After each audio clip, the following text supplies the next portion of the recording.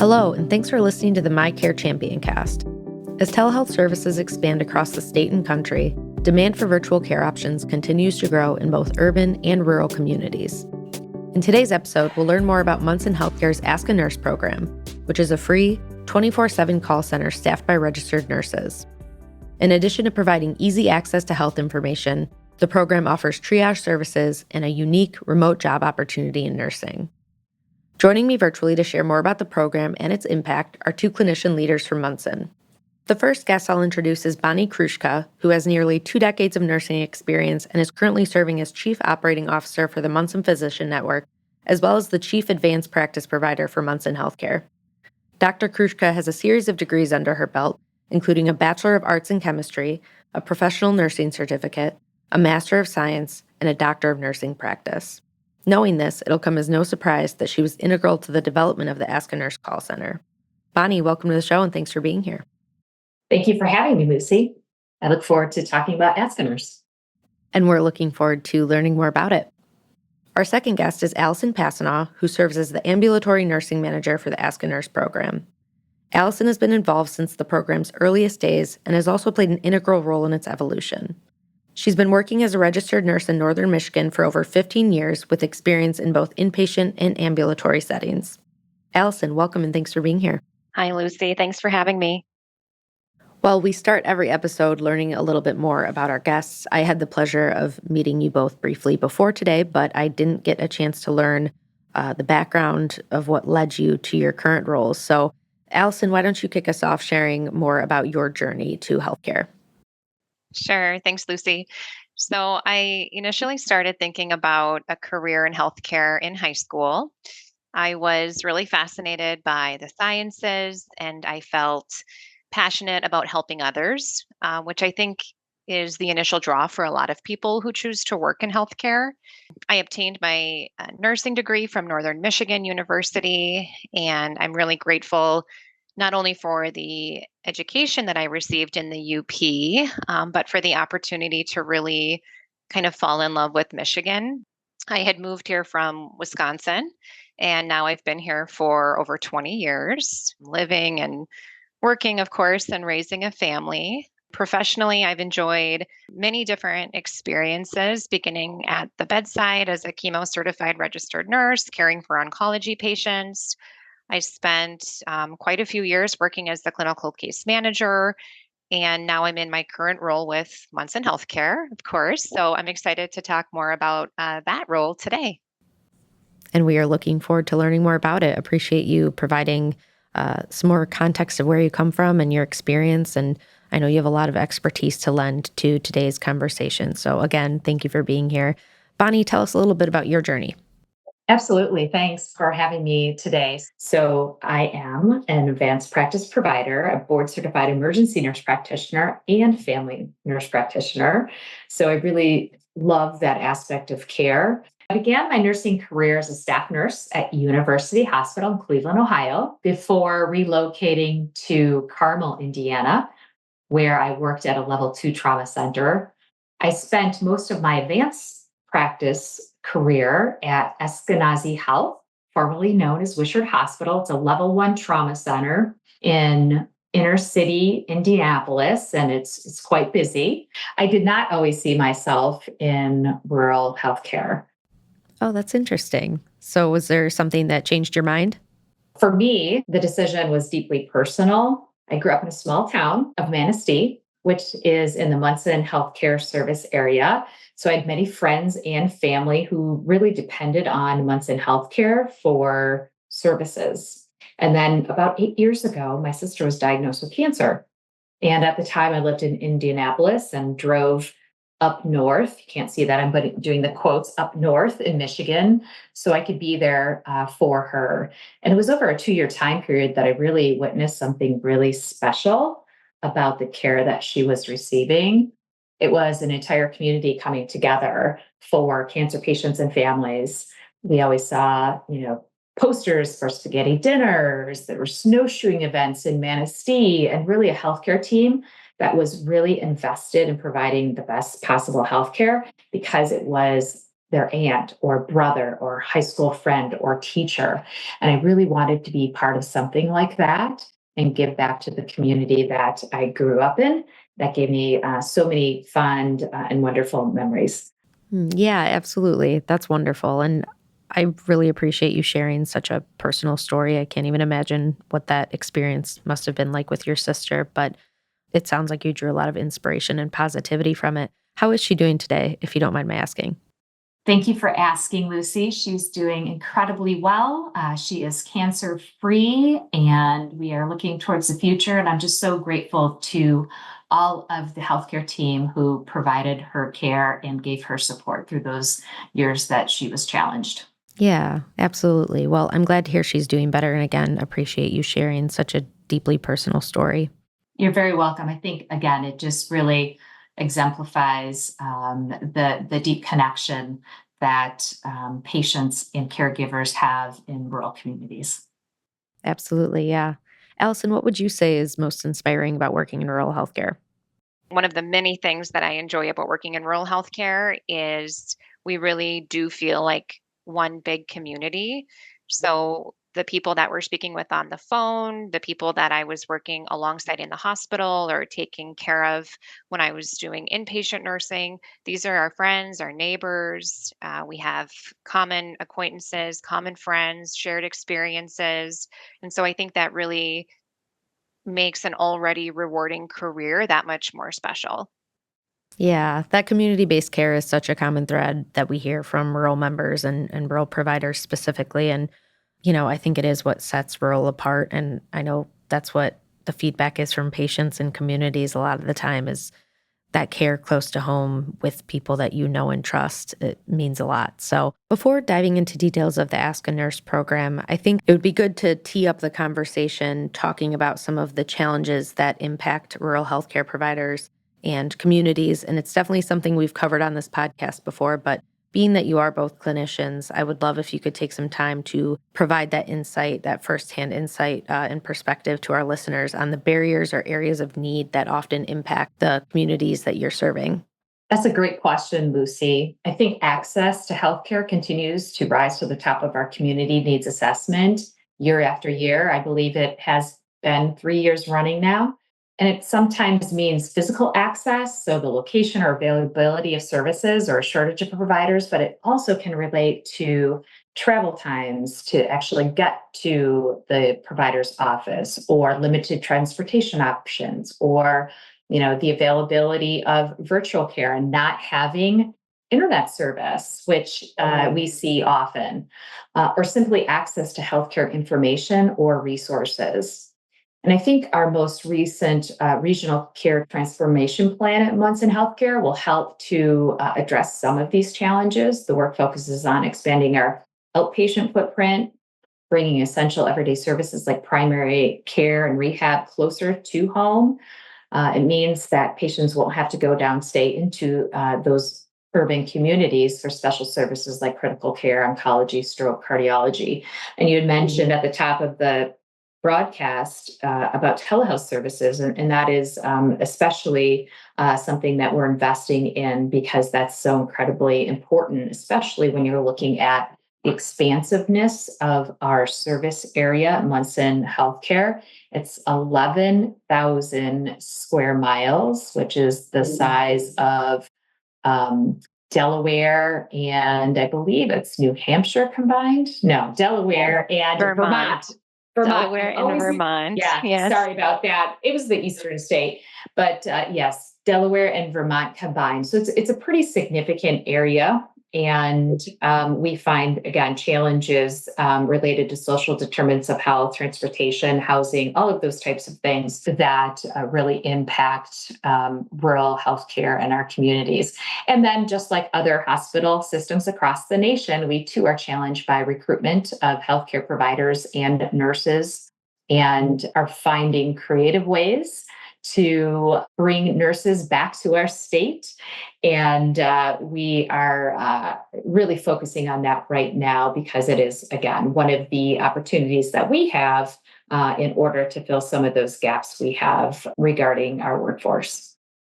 Allison, anything you would add to that list of challenges that you see as a rural provider? I 100% agree with Bonnie that access is a significant challenge. And another challenge identified in the community health needs assessment is the need for mental health services, also the need for substance use disorder resources and services. And so that is one of the focuses of our service is making the resources more easily found and accessed through the Ask a Nurse line and just being there for callers who aren't sure where else to turn.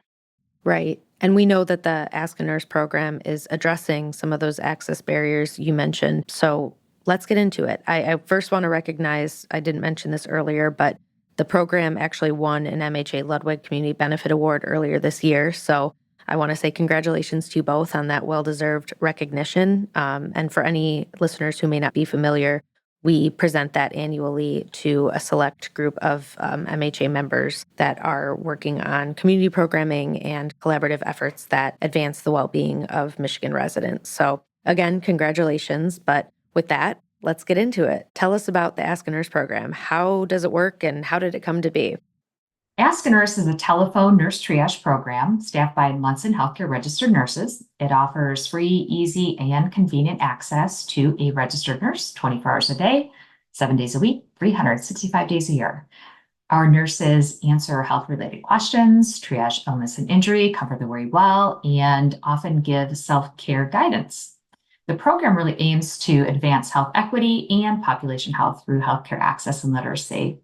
Wow. Well, I live in Southeast Michigan and I'm surrounded by urgent cares and very close to my primary care doctor, but I feel like I would use this tool. So I can only imagine in rural Michigan when there are communities where you have to travel many miles to get to the doctor or hospital that this is like revolutionary and a really helpful tool. So I'm excited to learn more, but how did it come to be? The program began as a COVID-19 nurse hotline in response to the pandemic, and it was a way that we could support our communities in our healthcare service area. As time went on, our call data demonstrated the hotline was increasingly becoming a vital community resource, not only within our service area, but statewide, beyond just COVID-19. And I think in the first year alone, the hotline served as a point of access for over 38,000 callers from nearly every zip code in the state of Michigan, including our most rural, vulnerable, and underserved communities. And as time went on, two themes were really apparent. One, this model was very useful for supporting populations who had limited access to healthcare resources. And number two, the information the nurses were providing was helping callers make informed decisions about their next steps in care. So evolving the hotline to a more generalized Ask a Nurse service happened very organically. It was filling a gap within our communities because not everyone has an aunt or a sister who is a nurse to call on. Right. Yeah. And there was a lot of people posing as experts online and still today, but especially during COVID. So I would imagine it was nice to know that you were talking to a real healthcare professional and there was no question about it. Allison, you mentioned you were one of the first people to staff the call center. What was that like? What was that experience like? Well, it was in the peak of the pandemic, if you will. And so we did see a lot of those COVID questions coming in. And it was interesting because you could tell what was happening in the communities by what was happening on the phone line. So as the cases spiked, so did our call volume. And as monoclonal antibody therapy became an available treatment, a lot of the calls were related to that. And so we sort of rode the wave, if you will, with the different themes and trends of the pandemic. And then, as Bonnie mentioned, what we were noticing is yes, there was a lot of COVID activity, but more and more we had callers who didn't have COVID related questions. So, as these other types of questions started coming through the line, then we were able to use clinical support tools, evidence based triage guidelines to help callers make more informed decisions, not just about COVID, but about anything. And one thing that's really interesting is we do collect the caller's pre call intended action basically what they were planning to do or thinking about doing prior to calling Ask a Nurse. And then we compare that to what the actual recommendation or recommended disposition of that call is. And there's usually more times than not a discrepancy, showing that we are helping callers to make more informed decisions with information, as Bonnie was saying, that's readily available, useful, easy to understand. We can also send callers care advice handouts. So they're not tasked with remembering everything we talk about on the phone. We can send them information through an email or via text message if they prefer. So they can continue to reference that. And again, giving them something that we know is accurate versus relying on the internet or some other form of information that could lead them in, maybe the wrong direction. And one of the major benefits of the program that really stood out to me is how much it helped, I would imagine, especially during COVID, to alleviate emergency department traffic. So, can you speak to that a little bit? Oh, absolutely. So, what we have found is that 53% of callers, so more than half of the callers who were intending to go to the emergency department, after speaking with one of our nurses, they were triaged or they were recommended to go to a lower, more appropriate level of care. So, of course, that not only helps to alleviate the emergency department traffic that you mentioned, but also ensures that those emergency services are available for those who truly need them. Beyond that, it saves callers healthcare resources and it connects them with the right care in the right place. I think we can all agree nobody wants to go to the emergency department. So oftentimes callers are reassured when they find that they can manage their symptoms in some other way through their primary care provider, for example, through one of our walk in clinics or urgent care facilities. And now we have our virtual urgent care service available as well. So one thing that's really interesting about the emergency department traffic in the Munson Healthcare Service region is in the summer months, especially around things like the National Cherry Festival, which can bring in over 500,000 people to the area for certain periods of time. Those emergency department visits can spike nearly 200%. So it's really important that we're reserving those services for those patients who really need emergency care. And in being here and being available for those callers, we have allowed other resources to operate more efficiently. There are also people who might just call the emergency department because they think that will be a way to get medical advice. Maybe they're calling because they need triage services.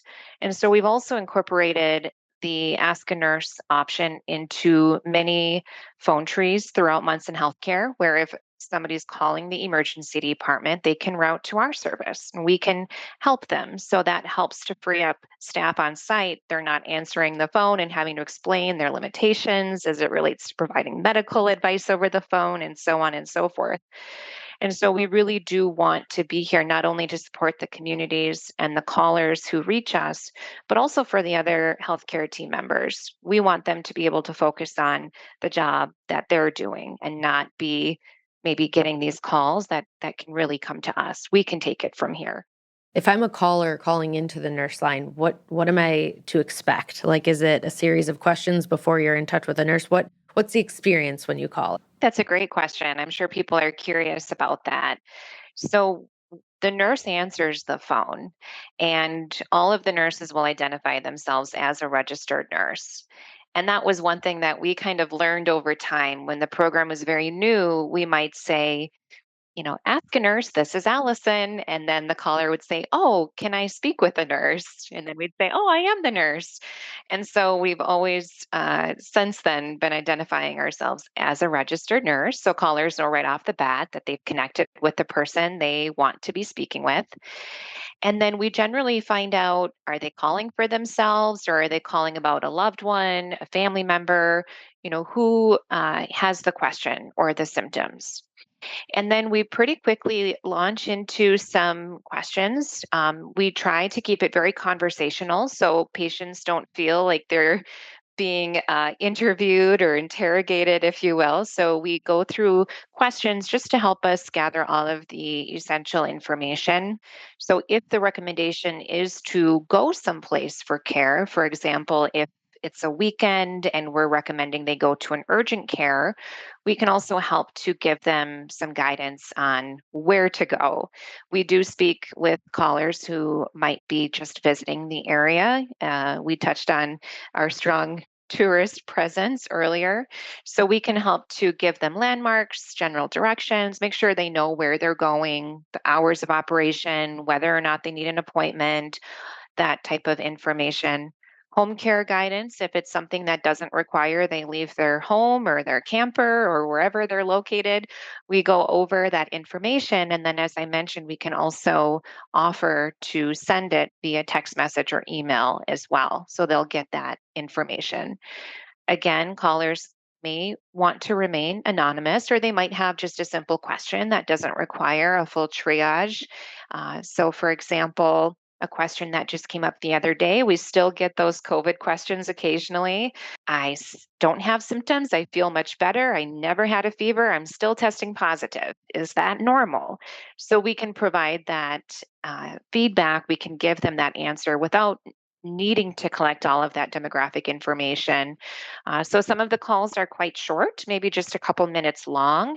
And then if it's something that's more involved or we're doing a full triage with that individual, then that call length might be closer, to 7 to 10 minutes. And then of course, if it's a caller who just needs that extra time for whatever reason, maybe it's a complex call or they have a long history, maybe they've already been evaluated for these symptoms and we just need to really make sure that we're understanding what's happening. And those calls might be longer. And so we really do tailor that time spent with the patient to what their specific needs are. Similar to working on site someplace, we do leverage each other's experiences and expertise all day. So if there's something that I might not be familiar with or just need that peer-to-peer discussion to talk through it, we will place the caller on hold to get more information or to do that peer-to-peer discussion and make sure that we're really providing that patient with the best recommendation possible. And one other service that we do provide, if we know who your primary care provider is, if you have one, then we send a summary of that call to that provider so they are aware that you reached out. And we do this for continuity of care because it's good for the patient. Obviously, it provides insight to the provider. And again, we do this if we have access to that provider's information. So is that regardless of if they're a Munson provider? It's any provider throughout the state from where they're calling? Absolutely. If we know that provider's name and we have accurate contact information, it's an expectation that the triage nurses are sending that call summary to close the loop and to make sure that, to Bonnie's point, we're ensuring that continuity of care. We do also support primary care practices throughout Munson Healthcare, both before and after practice hours, and sometimes during practice hours as well when they might need triage support. One service that we can offer to those primary care providers is something called a second level triage. So we can engage that primary care provider prior to recommending that their patient go to the emergency department, keep them engaged in that patient's care, and give them an opportunity to either agree with that emergency department recommendation or because they know that patient better than anyone, including better than our Ask a Nurse nurses, they may say that that person is better served coming into the office and they can accommodate them in the office setting. And so, in that way, too, we're also helping to prevent those avoidable emergency department visits and keep that primary care provider at the center of the patient's care, which has been a great satisfier for the primary care practices that are supported by our triage program. I think it's important to share that Ask a Nurse is sometimes the first and only point of contact for many of our underserved and vulnerable community members. Individuals who lack healthcare access points, so they may not have a primary care provider, are frequently challenged if they do need one and they have to navigate a complex healthcare system. And in fact, even for, I guess, patients who do have established primary care, it's often a challenge. And now, they can get this real time availability of the resources to help them connect the dots. And they are thankful and grateful and appreciate the service in real time. And really, the program is structured to intentionally advance health equity across our communities in our rural areas because anyone can access the nurse hotline, regardless of insurance status, location, or whether or not they're Munson patients. So we find that, especially those that aren't a part of our Munson healthcare family, that they are very grateful to have this resource as well. And I think it's important to mention that in addition to those primary care services and emergency department triage needs, it's also assisting with addressing gaps in behavioral health care. So, if there's a patient that calls that has a mental health need or a patient who needs resources for substance use disorder, those are also available through the Ask a Nurse program. Can you speak to that just a little bit and how it's addressing some of those gaps in behavioral health? I mean, truly, anything that is out there is used. So, in the Traverse City area, for example, Munson Healthcare has the behavioral health clinic with medications for opioid use disorder. They offer recovery coaching, therapy for substance use disorders, and many more. They don't require a referral, simply a phone call to get scheduled. And so, that is one service that we can reach out and access Monday through Friday. They have staff available to receive those calls and get those patients in as quickly as possible. So that is one resource in the Traverse City area that we're often looking at. One story I'd like to mention is a story about a person who called in crisis. She was depressed and had suicidal thoughts. And the caller ended up talking to a nurse. She felt heard for the first time. She was redirected to the appropriate level and site of care. And later on, we read a review that she has new coping skills, that she's been receiving appropriate medication and has established care with new doctors and a treatment plan that resulted in newfound hope she hadn't had in a very long time, which was a very nice outcome and story to read. That's amazing. And I know you partner with not only mental health organizations, but area agencies on aging, addiction treatment service, regional response centers for cases of child abuse and violence, local sheriff's departments for wellness checks, and three-way calling when a crisis or emergency medical service is needed. So I would imagine collaboration is really at the heart of the call center. And how did you begin to form those partnerships, and have they grown significantly since the start of the program? That's a great question. Well, we build and maintain strong partnerships across our communities. So we allow the program to connect patients with resources, not just within our healthcare system, but with community organizations that can best meet their immediate and long-term needs. So, our teams work really hard at identifying those that are available. And again, we facilitate that connection, which often results in the caller getting the services that they need. In many ways, our communities and our callers, the patients we serve, they help to inform how we need to grow.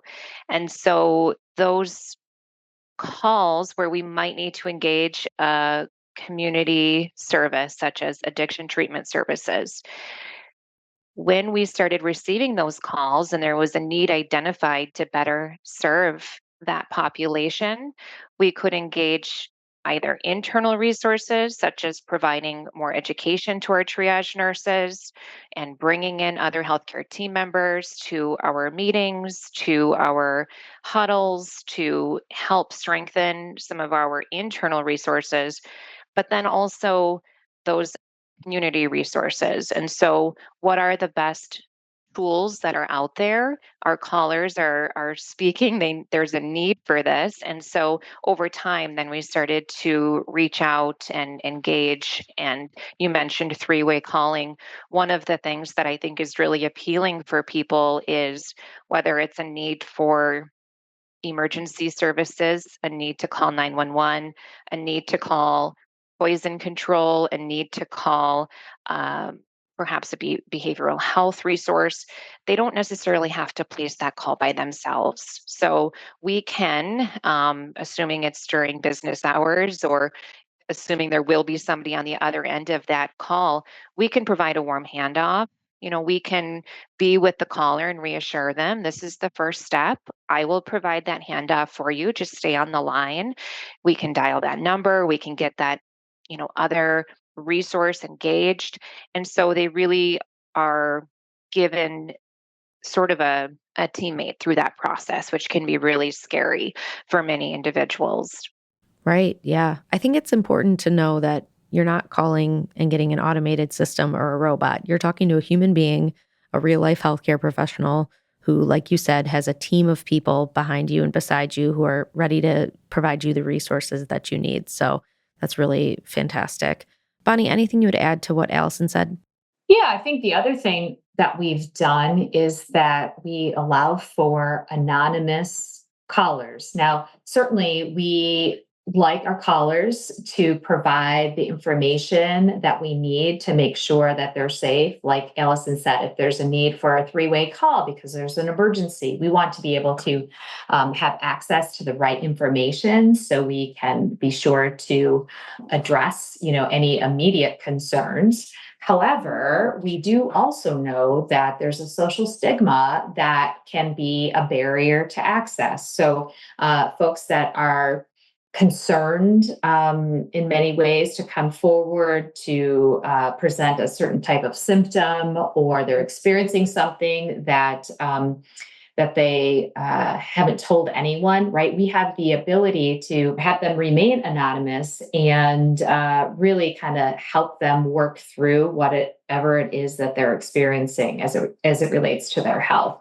and then provide them the resources that they need to alleviate that symptom, or to address the condition that they're experiencing. So it's a nice way to ensure that that barrier doesn't get in the way from seeking healthcare information and resources. Yeah. Well, I'm curious what the response has been from patients and staff. Are you comfortable sharing some anecdotal feedback you've gotten? I would imagine it's a lot of gratitude and people being happy that they don't have to travel significant distances and it saves them both time and money to utilize the service. Yeah, there are many examples. One that comes to mind, we had an elderly caller who had planned on waiting it out after a fall, very stoic. And after the triage was completed, the recommendation was actually that they needed to call 911. They were really not able to bear weight. They were using essentially like a makeshift wheelchair to get around their home. And lo and behold, they had a hip fracture. So they underwent surgical repair, they made a full recovery, returned home. Um, we followed up with that individual after the fact, and they were very grateful for having called. It could have been a very different outcome if they truly had decided to wait it out. Yeah, that's a great example. I can share one more. So we did have a caller who had been diagnosed with diabetes while in the hospital, and then called Ask a Nurse using an American Sign Language interpreter. That would be another unique feature of our service, is that we can leverage those interpreter services as needed. So this individual also was not able to read or write and had difficulty understanding their insulin regimen, which can be very confusing for anybody. And so, with the use of that interpreter, the Ask a Nurse triage nurse was able to go over all of the instructions, really take the time with that caller, making sure that they understood everything and felt comfortable with the plan. And then they also helped to facilitate a home health visit for the next day. Home health had been ordered from the hospital, but the patient was not aware of that. And so they were able to connect those dots. Well, it's been really impactful to hear the strides that the program has made since its inception, and I only imagine the success will grow from here. But what do you see for the future of the program? Well, recently we did expand to 24/7 coverage. So we are open to calls 24 hours a day, 7 days a week, 365 days a year. So that's really exciting. Previously, we had services available from 7 a.m. until 11 p.m. And so that 24-hour expansion really helps to ensure that access that we continue to strive for. And then, as far as future plans for the program beyond the 24/7 model, I think just ongoing collaboration, as Munson Healthcare continues to expand its outpatient footprint, I think that there will be more of a need for this nursing line. And so we intend to continue to be present, continue to be available. I know overseeing the program, one goal that I have is to find opportunities to enhance education for our triage nurses. We all come from different backgrounds. Some of the nurses come from the emergency department. Maybe they have history in maternal or fetal medicine. Maybe they have care management experience like me. I mean, we're just sort of an eclectic group, which I think is wonderful. And that's part of the reason we've been so successful, but we're not all experts at everything, right? I don't think anybody in healthcare can claim to be an expert at everything. And so I really want to find educational opportunities to help the nurses feel more confident or more comfortable navigating those challenging phone calls, whether it's a caller in crisis, maybe it's somebody with multiple access barriers. And so we have to really get creative in how we're assisting them. Just looking for ways to really strengthen our team. That would definitely be a goal of mine. If someone listening was interested in replicating a program like the Ask a Nurse line, what advice would you give them? What are the do's and don'ts? Any lessons learned along the way that you would pass along? That's a good question. So I think one opportunity that we have is to really help healthcare providers and the healthcare team understand what it is and what it isn't. And so what I mean by that is I think there has been not only at Munson Healthcare but around the country some skepticism as to how effective a nurse could be that's not sitting in the same room with you. And so that, overcoming that kind of perception is and has been a challenge. So, we again go back to our training and, what we've learned is that just listening, active listening to a patient and hearing about the history of their illness really tells you a whole lot of information that you need in order to manage that patient successfully. And I think that's one of the opportunities I think that we've seen within healthcare. Allison can probably speak to this. Being on a large team that serves a lot of patients and callers, you don't necessarily know the person on the other end. And so often you have to get to know that person in a very short time period. And so it's all about asking the right questions. So I think using a triage software tool is really beneficial because regardless of who answers the phone, you're going to get the same standard of care every time. You're going to have that same outcome or recommendation. Certainly, there are some nuances, and you can override a recommendation with, evidence or supporting information that you get from caller. But I think that it has been very useful with our team, and we've taken, well over 160,000 calls to date, and it's served us very well. So that's what I do recommend is ensuring you have a very good, solid, evidence-based triage tool that can support the work. I would be remiss if I didn't mention the partnerships we have with care management to support our patients with complex or chronic diseases. One benefit of having a program like this and a nurse available 24 hours a day, 7 days a week, is that we can help manage and give advice and guidance to those patients with those types of conditions. And it's ultimately going to trickle down to improve population health. And that obviously is a focus of ours, certainly, as we transition to a value-based care world, in how we get reimbursed for caring for our patients.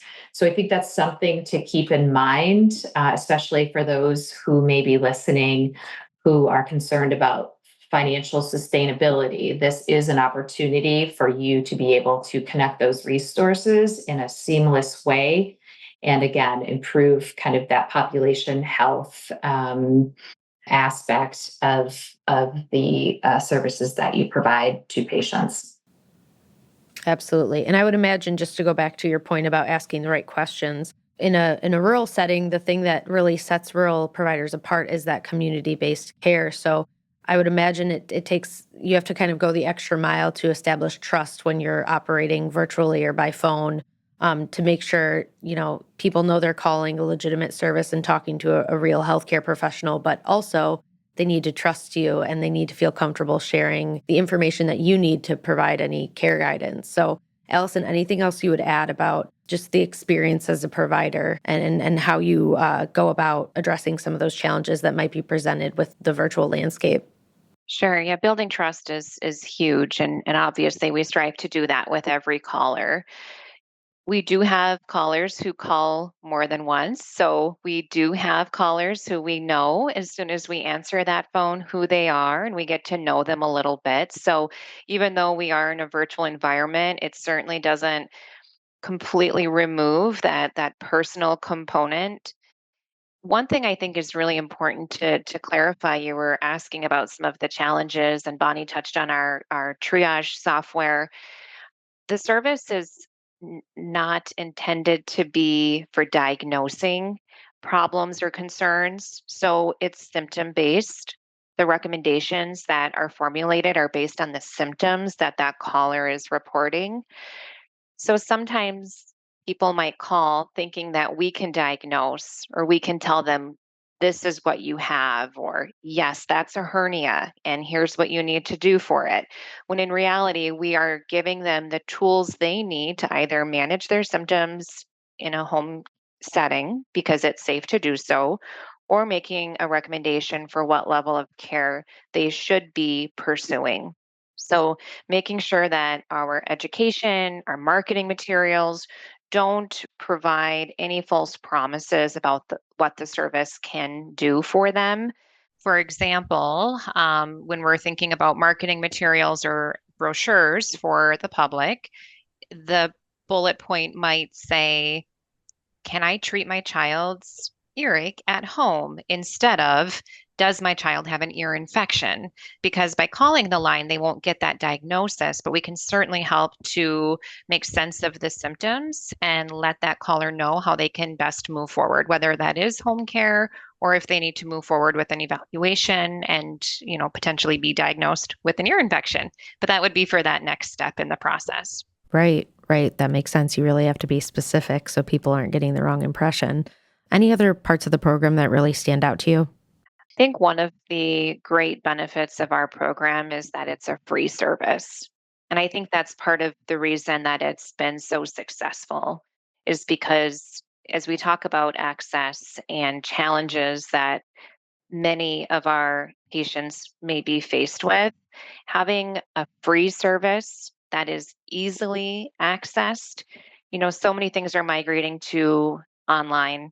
So you can schedule your appointments online, you can find a doctor online, you can do all of these amazing things through the internet, but that's not the best tool for everybody. So making sure that there's a simple way to access the service, such as a phone, one that's always answered around the clock, and ensuring that the service remains free. I think that that is really a key driver of our program's success. Now, of course, we do provide so much value in other ways, but I think that not expecting or requiring insurance or any type of payment is really key. Mm-hmm. Absolutely. And what advice would you give to somebody who maybe is considering a job in a rural healthcare setting? Well, one good thing is we do offer remote nursing positions, which I think is unique. I just had a nurse the other day saying, I feel like I'm tapping into my clinical knowledge or that I haven't used in a long time. It really does, you might not be on your feet, but you're using your brain all day. And so that's, I guess a unique aspect of the role. And it's really hard work. It can be exhausting at times, but the reward is so great. So it's really a worthwhile career, even in a virtual environment for anyone who might be considering a healthcare role in a remote or virtual environment. We're all really trying to help each other and work as a united front in northern Michigan and throughout the state. We have to be creative with how we do things, with the resources we have or don't have. And so working together, really building that sense of teamness and community is inspiring. That's one of the things that I enjoy most about the work that we do. Anything you'd add there, Bonnie? I think Allison covered it really well. I do think a person who would like to work in this remote environment has to be humble and understand and know that, like Allison said earlier, we don't know everything, right? And just recognizing kind of where you perhaps have opportunities to grow professionally, and then developing that is good, but also just recognizing again the time where you need to pause and say, I don't know, and I don't know the answer to that, but let me find out. Right, I'm going to get that answer for you. Just feeling confident enough in your abilities and to take that approach is really important. Absolutely. I think that's a wonderful piece of advice. Both of you provided such great insight today, and I'm excited to see where this program is going to go. Before I let you go, I do want to ask, are there any other programs at Munson that you would like to highlight, and where can people go to learn more about the Ask a Nurse program? Sure. I'd like to highlight Munson Healthcare's virtual urgent care service, and that is one that we have a strong partnership with. So earlier we talked about things that go well and things that maybe don't go so well. Now, we do offer a really easy self sign up feature for our virtual urgent care service. So patients can go to munsonhealthcare.org and they can self sign up for a virtual urgent care visit, which is available 7 days per week from 7 a.m. until 7 p.m. So, pretty easy to remember. But as you can probably imagine, not everything is appropriate for a virtual visit. And we do have patients who want to self sign up with symptoms or concerns that really should be evaluated in person. And so, one of the ways that we've been able to support that program is by triaging patients who attempt to sign up with symptoms that might fall in that gray area. So there are some things that really can't be evaluated virtually. For example, an ear infection or a suspected ear infection. And there are things that maybe fall in that gray area. Maybe it's abdominal pain or diarrhea or something where, gee, I don't know, maybe we can do this through a video visit and maybe not. So we can use Ask a Nurse as sort of a lifeline for these patients rather than just saying, nope, sorry, not appropriate for a video visit. Good luck. We can give them this opportunity to be connected again in real time with a registered nurse who can talk through their specific symptoms, right? It's individualized care and make recommendations. So, if not virtual urgent care, what else might you be appropriate for? And so, we've been really building a strong partnership with that service. That's a service that has been really well received throughout our service region and beyond. That's another service available to anyone in the state of Michigan. And again, by going to munsonhealthcare.org, patients can sign up, and it's a really great option to receive care from the comfort of your home, your camper, Desk office, your desk office. your desk We often office. hear that. Yeah. Yes, I mean, from essentially anywhere that you can have just a quiet conversation with a provider. So that's been a really great addition to the many services that we offer here at Munson Healthcare. That's awesome. Well, it sounds like you guys are really making strides in the virtual healthcare space. And I'm so excited to see where these programs go, both the nurse line and the virtual urgent care. But the only question I have left for you today is just what is the Munson Nurse Line phone number? Bonnie, take it away. The telephone number for Ask a Nurse is 231-935-0951. Perfect. We're going to be sure to include a link and details in the description of the episode so that people have easy access to those resources. Bonnie, Allison, I want to thank you both again for being here today and for the work that you do every day to care for our patients and Northern Michigan communities. It really is having an impact, and I'm excited to see where this program goes. But appreciate you both being here today. Thanks, Lucy. Appreciate the opportunity. Thank you for having us today. I thoroughly enjoyed myself, and I look forward to hearing about all of the calls from individuals who perhaps listened to your podcast today. So thank you. With that, I'd like to thank our listeners for tuning in and encourage those who haven't to subscribe to our podcast and visit MHA.org to learn more.